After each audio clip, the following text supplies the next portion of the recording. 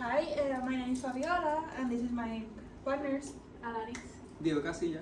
And today vamos a gonna talk a little bit about some constellation and why they're important and how the story and yeah, something like that. So, first one, introduction. So, the constellation are little partner formed by stars.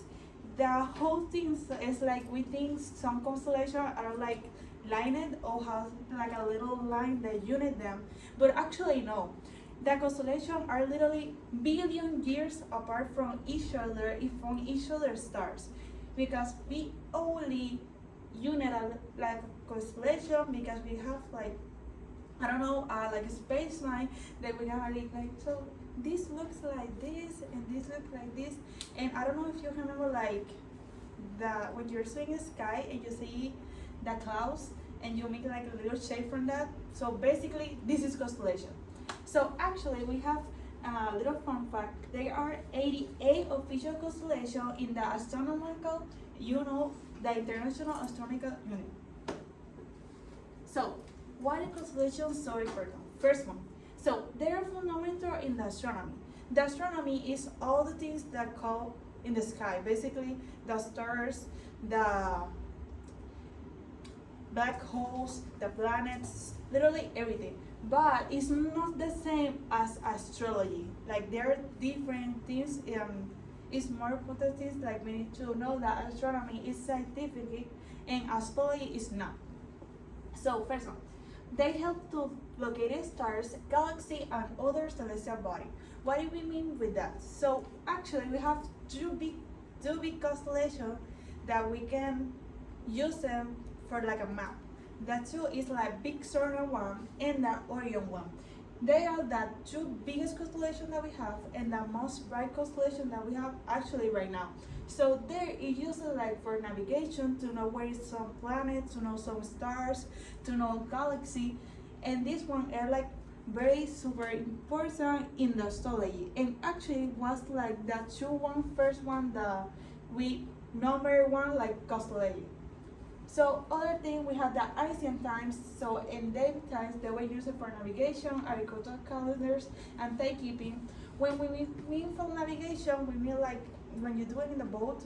In ancient time we don't have like maps or something like that. So they use the sky and the constellation to know where they're going and where they need to go. They use the two constellations super important. That is southern one and north one. Obviously, like the name say, one in the south and one in the north. So they use them for like a little map to know what is going, what is something like that. But they usually use those two constellations. Maybe they use more, but the more important one was just two. So we had the agricultural calendars. They use the constellation to know what is going to sembrar. I don't remember how to say in English. So they use them for like sembrar and use the constellation to know what is the time the weather is gonna be good. The constellation basically tell them that what is the moment for it to grow something. So in timekeeping, they use the constellation to know what is the time and what is gonna be late, something like that. Something like the Mayans and Chinese. The other one is what they are deeply rooted with the mythology and the culture of many civilizations. Most people use the constellation to give like a name of something or give like a story for something. Example, the mythology, example, the Orion one, they just like, we have a constellation named Orion, like I said before, and Orion is a Greek in mythology. And also Orion, the constellation, is deeply connected with the Osiris and Osiris god in Egyptian story. Also, they feel like Zeus have put a star, something like that, in the galaxy. That what is not true, but yeah, they tell that. So, the Israel constellation, we have first one, the Babylonians, 3000 before Christ. So they created the first star map that we have actually right now. They use constellation for predict the weather and seasons. First one, the first stars map. This one is the actually one first map like very predict and very exactly. Right now is one of the best maps of constellation that we have actually right now. And also the Babylonians make the first ones to add this same calendar because they divided any constellation in like different maps in different areas. So and predict the weather season, like I said before, they use them to know what is the time like to sembrar and what is the time to make food for them actually. So we have we had the Egyptians that did 50,000 before Christ. So this one is associated with a constellation with the gods. Like I said before, with the cities linking to Orion and just the constellation in the calendar of rising stars.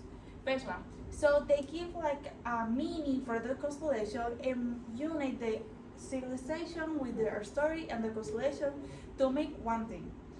An example, like Osiris, they have like many gods in the Egyptian story, but this one is linked to Orion and say like it's some god that help like constellation or something like that. I really don't know because I'm no Egyptian, but they would say.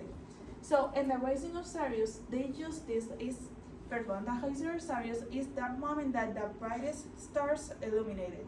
So they use this maybe signal, like they say, to the rise of the Nile River. So they use the rising of the Nile River to make the agriculture and use them to like grow something, grow some pet, maybe the moment to like eat things like to kill animals, something like that, because they see this rising Cyrus like a new world, like a new chapters.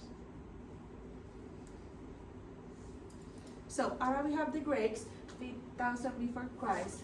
So then develop the mythology story. So basically, they just like every mythology story to explain every constellation they can do.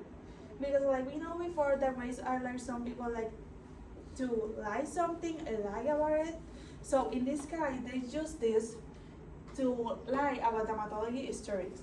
So and Ptolemy is like a very important person in the astrology because this one the first person, the first Greek that documented like we have 84 constellations in the universe. So but the more important is like all this constellation is not happening right now because in the moment like maybe he was not right, but it was very important because what the first person to say like we have 84 constellations in the map. And for other one we had the Chinese and the Mayans. So they one use the constellation to predict everything that we have, like example the eclipses and the agricultural calendars. Like we said before, the Mayans and the Chinese, especially the Mayans are like very intelligent people, and they use like this single constellation, universe, stars, and sun, everything they have to predict something. And the eclipse, actually, we still use this method of the Mayans. And in the Chinese, create the piece of agricultural calendars. They use like calendars to give like what is the moment to sembrar, what is the moment to eat something, and do everything based on their calendars. Also, the Chinese create like the New Year calendars where they say that people is something like that in the New Year's.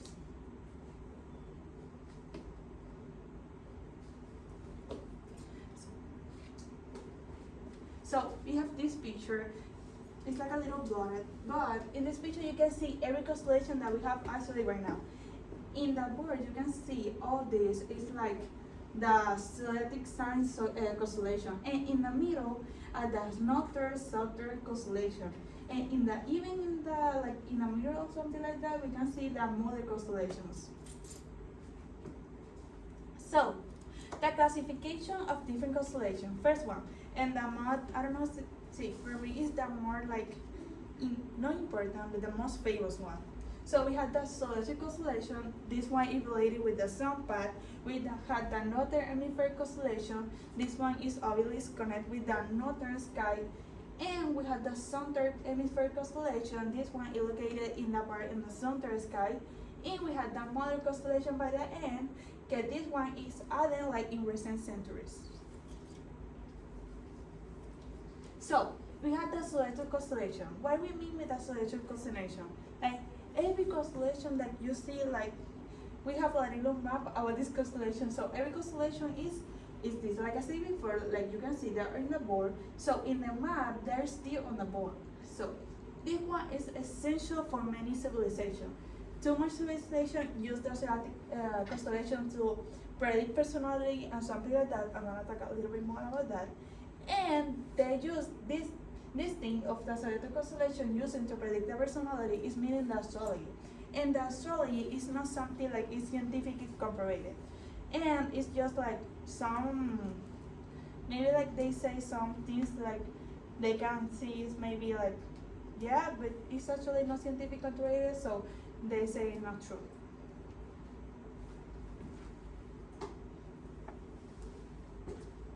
So we have zodiac constellation. So, like I said before, astrology is head to the position of the sun and the moon and the time that you're born influence in the personality of the person. And astrology like claims that the sunrise represents the core identity, the moon represents the emotion, and for the end, the rising sign influence the outward behavior. So many people say this is true, but many people say it's not. Some people say, majority of people say it's not true. But some people say like you can see like a little maybe characteristic for this zodiac sign for each one. And we have many people identify with this, but many people not because it's not scientifically proven. So we're gonna see what is the different constellation about them and the most like important characteristics of them. So we have the fire signs, we have the Aries, Leo, Sagittarius. They are like passionate, energetic, and bold. We have the air signs, we have Taurus, Virgo, and Capricorn. They are practical, reliable, and grounded. We have the air sign, Gemini, Libra, and Aquarius. They are intellectual, communicate, and social. If for the M, mind, we have the water signs, Cancer, Scorpio, and Pisces, and they're emotionally intuitive and deep. So we have another hemisphere constellation. Some examples are the Ursa Major, the Ursa Minor, and the Cassiopeia and Draco. And we have like a picture about the Cassiopeia. This one you can see her bow or something like that, how they say their bow and the person.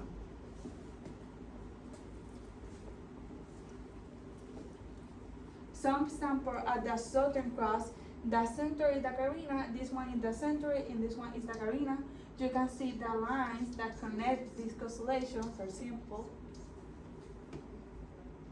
And for the mother constellation, and for the M, this one is the mother constellation, and we have the microscopium, the telescopium, and the lens. And this is a sample of the lens. So I'm going to be talking about the relationship with mythology. Many constellations have story about gods, and they're connected to gods and heroes, and like they have stories behind them. They are ancient beliefs and legends that were made up by people to describe the constellation. These patterns at night provide insight on how ancient cultures used to look at the universe and how they would try to understand it. The Orion. The Orion, it represents a hunter in Greek mythology. You can see it from the 3 stars that connect on his belt. You can see it, it's visible in every part of the world, and it also was identified in 32,000 years ago. It covers 594 square degrees of the sky. Okay, so the story behind it talks about Osiris. Osiris was the god of the afterlife and agriculture. He was thought of the god from the afterlife because he supposedly died and then came back to life. So he represents eternal life. The Egyptian people saw the Orion constellation as a representation of Osiris because it looks like a guiding soul in their he guides souls in their journey to the afterlife. He also shows the cycle of life and death. Osiris, he was also said to be the lord of the underworld, and he plays a crucial part in the Egyptian mythology, where the king becomes Osiris upon death. So the alignment with the pyramid. So supposedly the middle star of the Orion belt was aligned with the three pyramids of three pyramids of Giza, with was believed to it was believed to facilitate the pharaoh's way up. So when they die, it was supposedly easier for them to go to the afterlife. Sirius was Osiris, no, is a star, but it talks about Osiris' wife. The star Sirius was associated with Isis, which was his wife. Just before the annual flooding, the star was seen, and this event is crucial for the agriculture of the agriculture, and symbolizes renewal and life. It represents rebirth like Osiris does, and is believed to be the rising, reuniting Osiris and his wife after death. So whenever it rises, it does the annual flooding, and supposedly they're meeting again in the afterlife.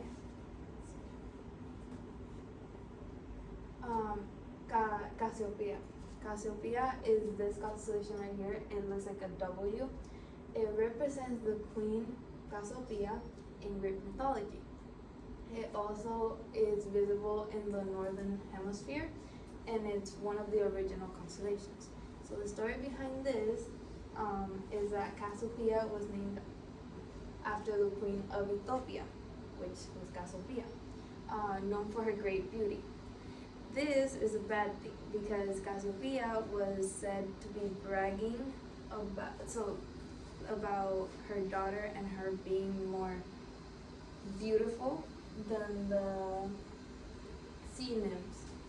So when Poseidon found out that Cassiopeia and was bragging about being more beautiful than the sea nymphs, he got mad. So he sent a sea monster to Ethiopia. So to rescue her people, Cassiopeia tied her daughter to a rock in front of her kingdom so that the sea monster could reach her first and be satisfied with just getting her daughter and leave the kingdom alone.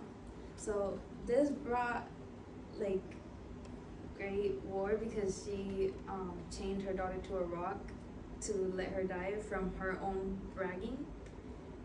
So yeah.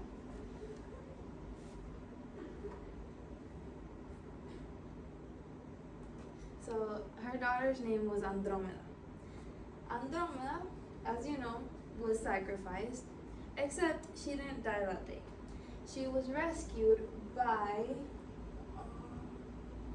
what's his name? Perseus. Perseus was flying apparently with Medusa's head in hand. He saw a beautiful woman get chained to a rock and a sea monster coming towards her. So he stopped and to rescue her. This is where the story takes two different routes. Some people believe that he killed the Kraken with his sword by slaying his throat. Others believe that he used Medusa's head, which he had in hand, to turn the monster into stone. So either way, he killed the Kraken, and he fell in love with Andromeda, So they actually ended up getting together afterwards. So this is Andromeda in those pictures. Here is how Perseus slayed the throat, and then over here he's using Medusa's head to freeze turn him to stone. The Maya culture. So as my partner already talked about, they use the constellations for agriculture, and apparently they know when to sembrar uh, their corn and stuff. It takes 260 days on the calendar for the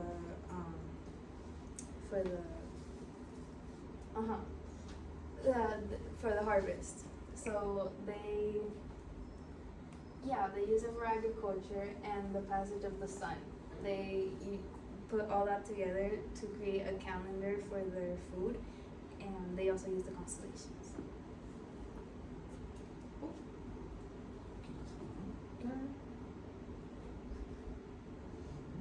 So the Southern Cross. The Southern Cross is another constellation.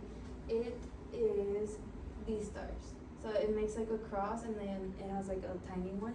It was also used for the flag. So it was named in the 16th century by European explorers who recognized the shape of the cross. So a cross. The cross Australians forms part of the Australian national flag, this is the flag. And the flag is considered Australia's oldest symbol because it comes from a constellation. Sailors have relied on the Southern Cross to help in navigations on their boats. So I don't know if you recall the movie Moana, but they use like their finger to know where the star is, and so they know where they're going at night.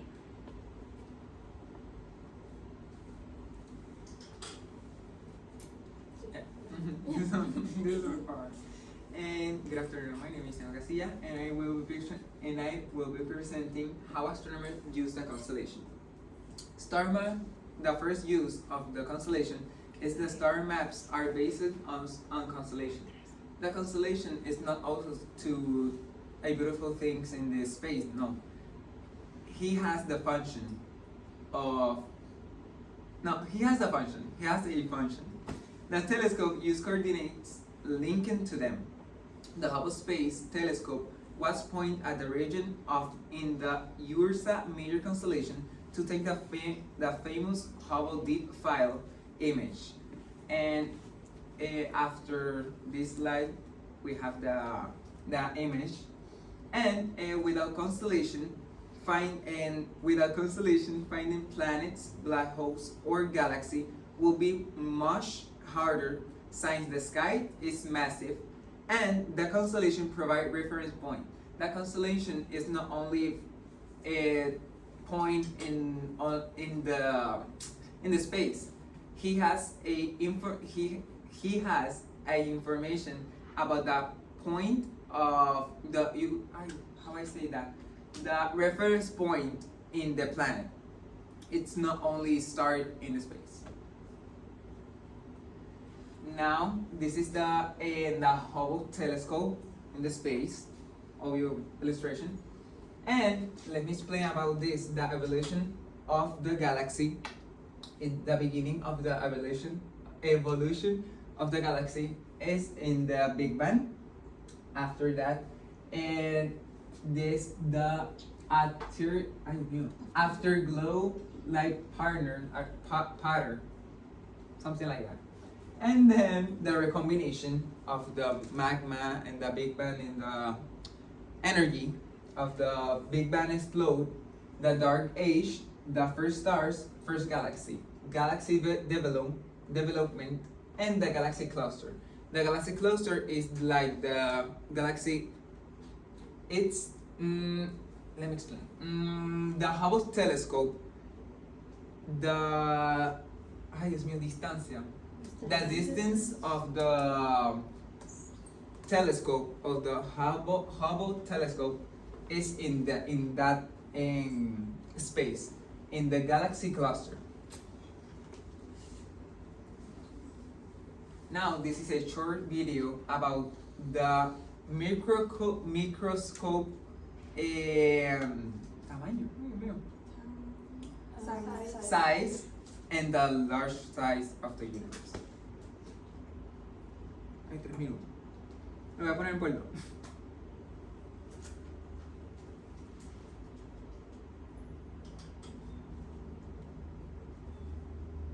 I'm going to talk about the constellation in the art.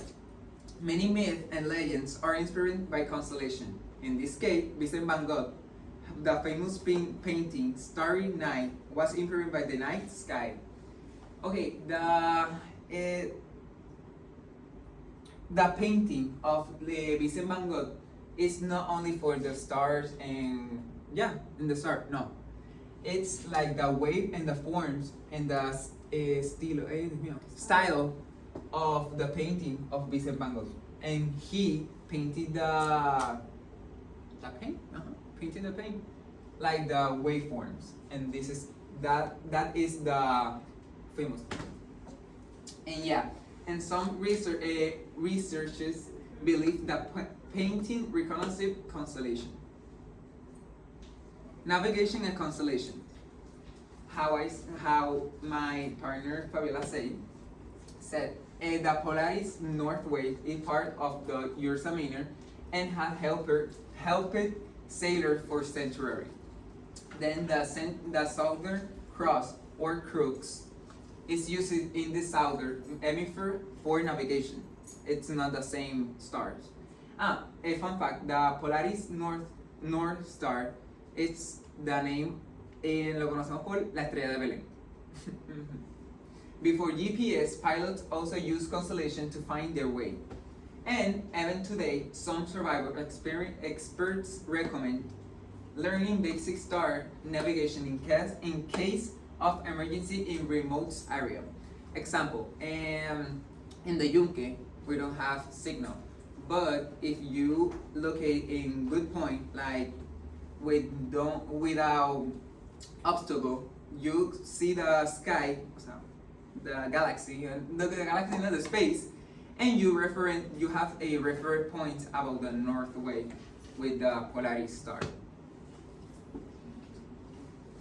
This is the image of illustration about Ursa Minor, the Polaris stars, and the plot. This is the Southern Cross and Pointer. Constellation in technology. Space mission use constellation named Apollo by NASA, Orion, NASA new spacecraft, and SpaceX in satellite constellation provide global internet. It's not only trash in the space, no. The satellite provide us internet and signal.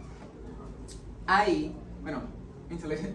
intelligence and telescope use constellation to identify new exoplanets.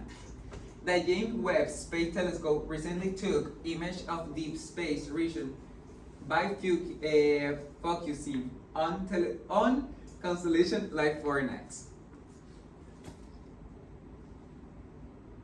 This is an illustration about the Fornax constellation. This is the Orion constellation, the famous constellation about Orion. He is a Greek mythology. And this is Apollo. This is another Greek. But this is the human body. Fun fact about constellation: that Big Dipper is not a constellation. It's part of the Ursa Minor. Some constellations are still disappearing due to light pollution. It's bad for planet and other things. The older star maps found in a cave painting from 70,000 years ago.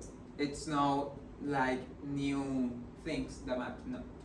Some constellations have funny names. For example, Camelopardalis sound like camel, but actually means giraffe in Latin. Conclusion and question. Constellations are more than just stars partner. there are two guides and inspiration for scientific and culture.